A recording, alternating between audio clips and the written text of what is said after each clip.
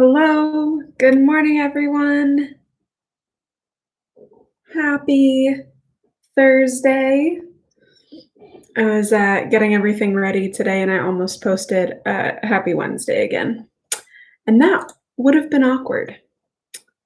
I'm supposed to be the one who knows what day it is. I guess I just didn't this morning. I did too. I had thought about it, that it was Thursday. But then I almost said the wrong thing. I almost posted it wrong and everything. There we go. All right. So good morning, Mustangs. If you're here, let me know. Say hi in the chat. I'd love to know how you're doing on this beautiful Thursday morning. Hey, Jacqueline. Good morning, Gunica. Yeah, it is genuinely a beautiful Thursday morning.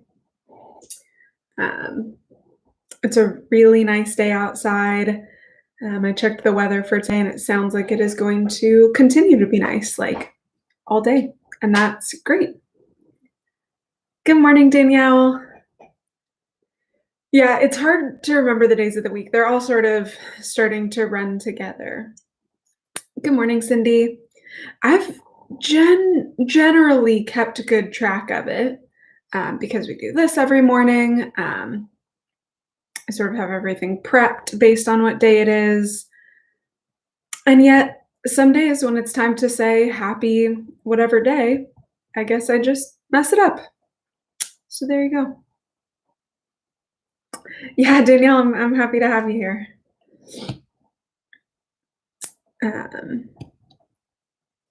It's been interesting because we haven't seen each other in in person in a long time. It's just a weird. There are some of you that I'm used to seeing every day because you're either here on the YouTube Live or you're in our Google Meet class, or you're just submitting work every day, and I know to see your submission. And like even one day when you're not like where I think you're gonna be, whether it's on the video or just like submitting work, I'm like, oh no, I wonder if this kid's okay. I wonder if everything's all right. So yeah, when you sort of drop out of the routine, I get nervous because it's hard, right? Doing all this distance learning stuff is challenging. So I just want to make sure everyone's okay all the time. So yeah, how's everyone else doing tomorrow? Oh man, it's gonna be one of those days. How's everyone doing today? What do we have? Anything big from school today, or I don't know, something else? Oh, I'll show you guys. Because this is what I did. I've been working on a couple of sewing projects. And I've been doing all of like the fabric cutting for one. Good morning, Alicia. But I finally started like putting the stuff together yesterday. Hold on, I'm gonna grab it. I'll show it to you. All right, check it. This is what I was working on. Just gotta make like 40 more of these, and then I'll have a quilt. So yeah, that's what I got going on. Oh, Danielle, what book are you reading? What's the one that you're working on now? Oh, thanks, guys.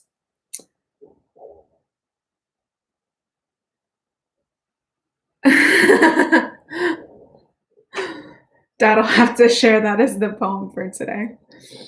I don't know if you guys just picked up on the fact that my dad just put a poem in the chat. Roses are red, Mustangs are blue. Miss Lindsay's my favorite daughter, but Mrs. Garcia is pretty cool too. It's great. It's really good. I really like it. Loving it.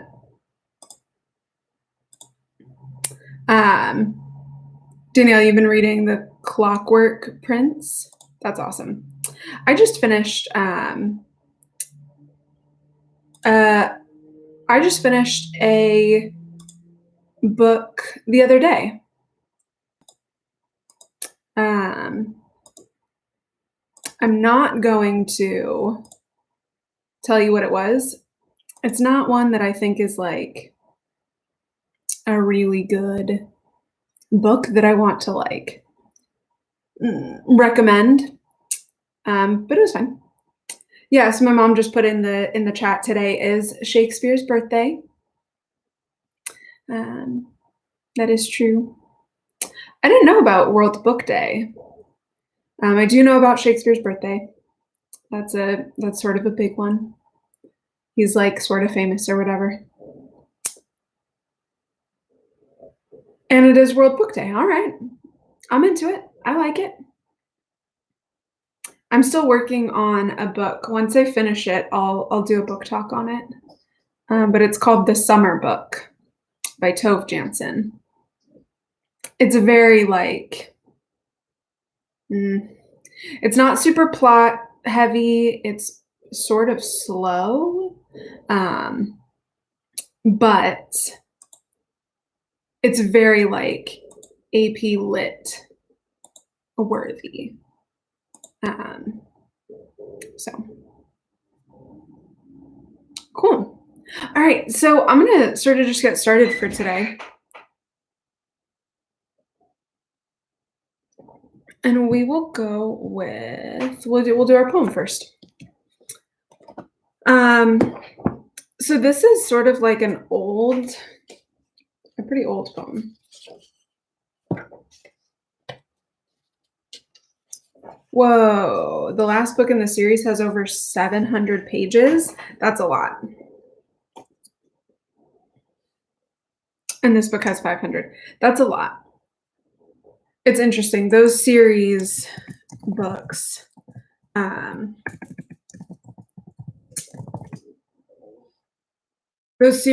like even if it's a shorter book, when you combine the whole series, there's often like thousands of pages of reading. So you actually get a lot out of a series.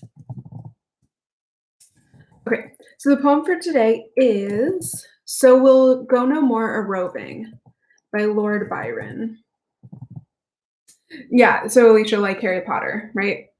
The longest book in that series is either 500 or 600 pages, but like when you put all of the like 300-page books together, that's a lot. So our poem today is So We'll Go No More A-Roving by Lord Byron. So we'll go no more a-roving, so late into the night, though the heart be still as loving and the moon be still as bright. For the sword outwears its sheath, and the soul wears out the breast, and the heart must pause to breathe, and love itself have rest. Though the night was made for loving, and the day returns too soon, yet we'll go no more a-roving by the light of the moon.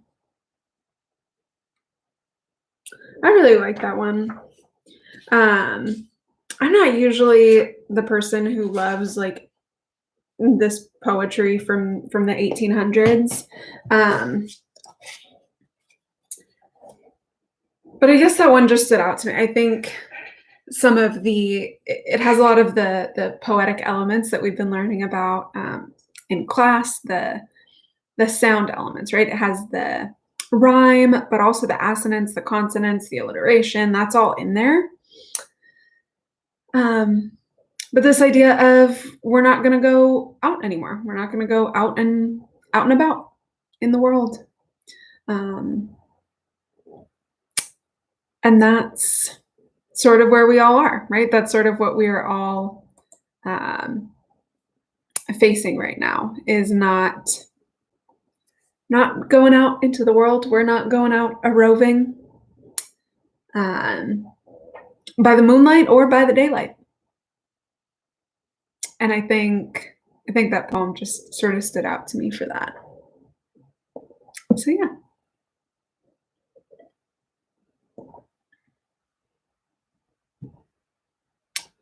Oh. Danielle, I did not know that those were all under the same series. Mortal Instruments, Infernal Devices, and Dark Artifices. That's that's a lot, because I know that each of those have several books. Yeah, Jacqueline, I always think that that's interesting. It's something that I think is interesting about literature, specifically, especially, like, when we think of it as separate from, um, like, nonfiction writing, is that poetry and fiction really can connect across times. Um, and yeah, I that's something that I love about books and reading. Cool.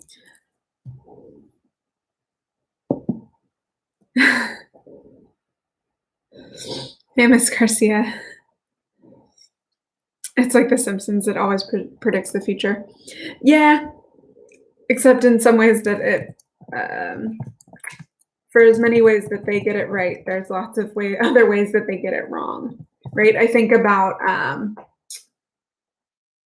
all of these science fiction books that told us that by 2020 we would be riding around on our hovercraft. Um, that ain't it. Or like 1984. I don't know if y'all knew this, but the reason it's the reason they chose the year 1984, it was written in 1948. So you just flipped the numbers. And though we can say that there may be some similarities between 1984 and modern society, it's certainly not the real. Yeah, Back to the Future and the Jetsons for sure lied. Very rude. Um, I was actually one of the books that I was rereading this year, The Sparrow, deals with like a future time, and it was the long and distant future of 2019. So I reread the book last year. Yeah, we do have the internet. That's fair. But yeah, so I reread the book in 2019. Because part of it was set in 2019, and it was really interesting to think about the things that were not so much it. All right. So I'm gonna put in the chat the book that we're gonna look at today. Today we're gonna look at Always Running by Luis J. Rodriguez. And this is a book where I don't know if you guys have this, where books will sort of take you back to a time and a place where like you remember when you read it exactly and where you were, and it brings back all of these thoughts. This is one of those books to me. I read this book for the first time when I was in college, and I was actually taking a course called Prison Literature. And all of the books that we read featured were memoir style and were written by somebody who had been in prison. And this was one of those books. So I'll read the back because I think it's interesting. So by age 12, Luis Rodriguez was a veteran of East LA gang warfare. Lured by a seemingly invincible gang culture, he witnessed countless shootings, beatings, and arrests, then watched with increasing fear as drugs, murder, suicide, and senseless acts of street crime claimed friends and family members. Before long, Rodriguez saw a way out of the barrio through education and the power of words, and successfully broke free from years of violence and desperation. Achieving success as an award-winning Chicano poet, he was sure the streets would haunt him no more, until his son joined a gang. Rodriguez fought for his child by telling his own story in Always Running, a vivid memoir that explores the motivations of gang life and cautions against the death and destruction that inevitably claim its participants. At times heartbreakingly sad and brutal, Always Running is ultimately an uplifting true story filled with hope, insight, and a hard-learned lesson for the next generation. Um, yeah, Danielle, Divergent is like that for you, that you get sort of taken back to middle school. Yeah, so I get taken back to college and thinking about this book, like, to me, is with all of the other books that I read during that time. And it really is just a powerful look at how does somebody get in a gang? Like, we often think of all of these things that happen in this book, right? The people who commit crimes, the people who are in gangs, as just like bad people. And I think this presents it in a really interesting way, that like there are some people doing some horrible things, including Luis Rodriguez. But the way that they are pulled in is more complicated than we imagine it. And the experience is more complicated than we imagine it.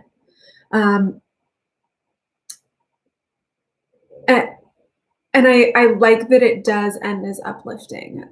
Luis Rodriguez is now, they call on the back where it has his like biography, whatever.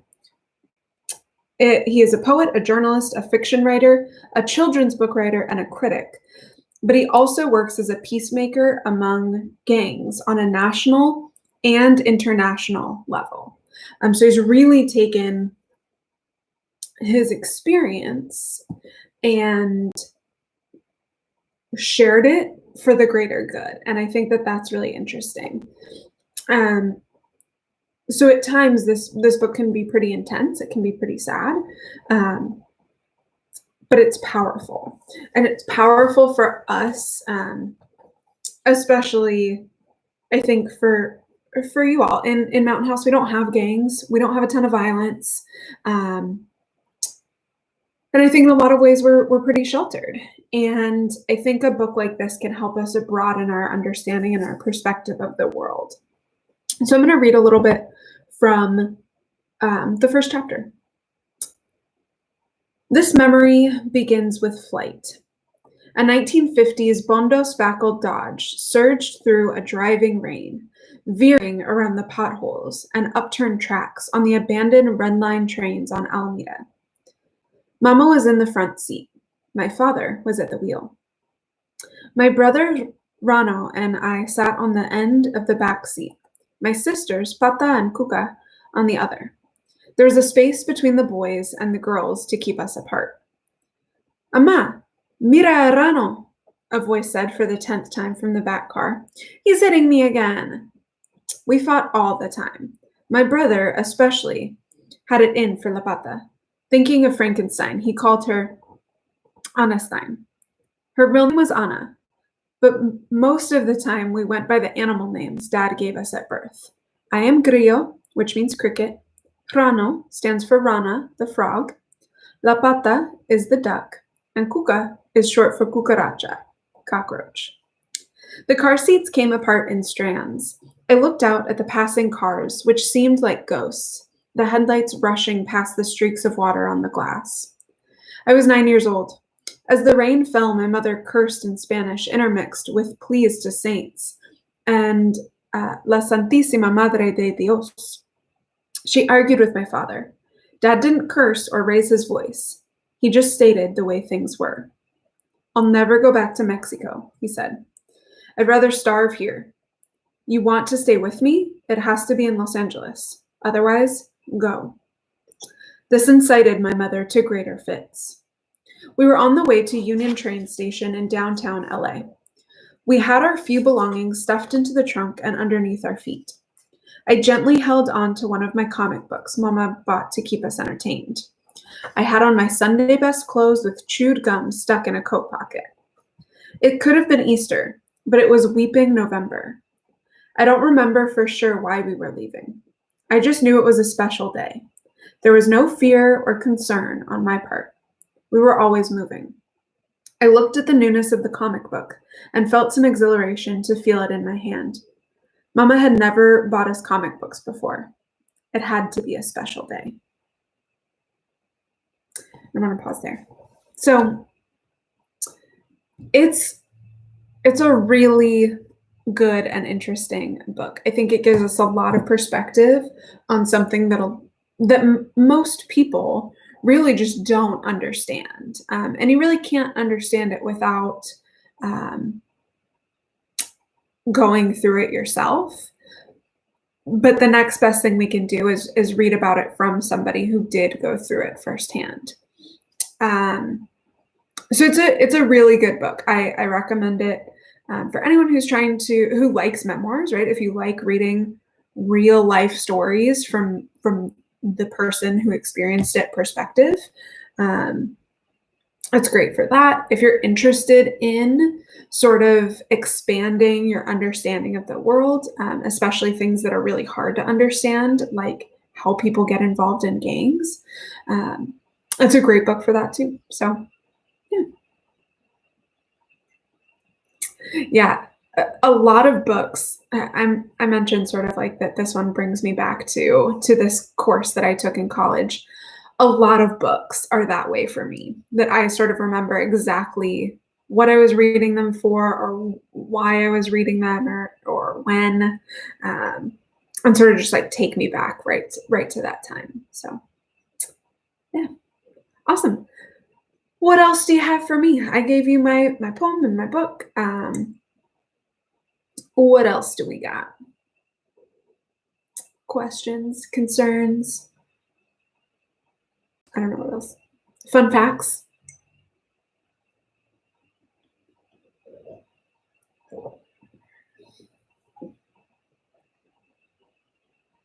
All right.